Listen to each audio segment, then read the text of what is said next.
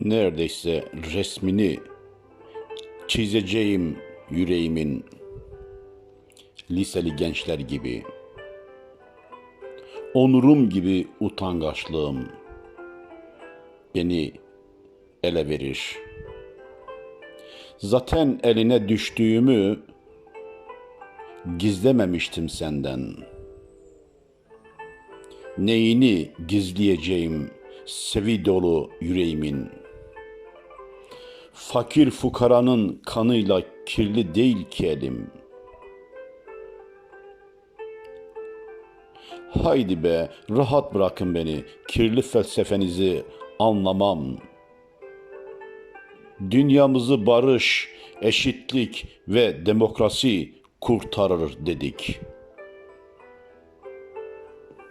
Sisli dünyanızdan dolayı güneşi göremedik. Oysa ne güneş öğretmenler yitirdik.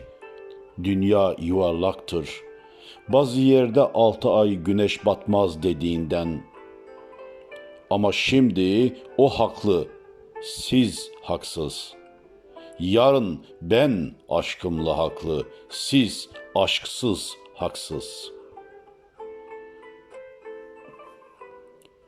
Bu hikaye kimin hikayesi? Bu rüya, bu duygu, bu aşk, bu sevda kimin? Bu gönül benim gönlüm, yarasız.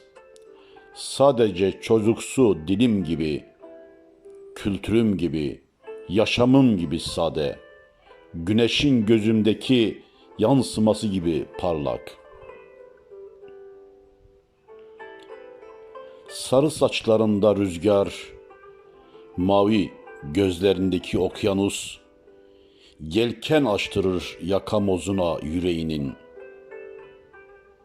Ben neden yelkenler açtım gönlündeki dalgara biliyor musun? Beni anlıyor musun?''